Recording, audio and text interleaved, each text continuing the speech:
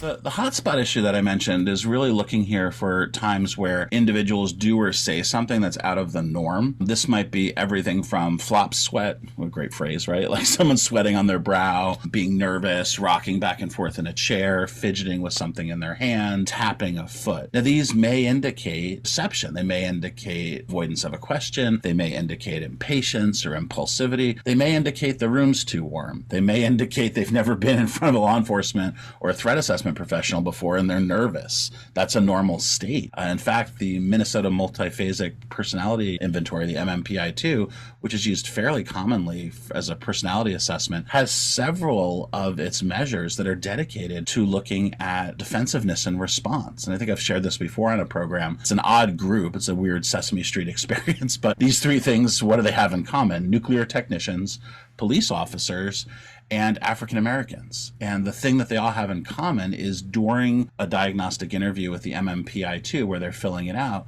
they have a heightened defensive response.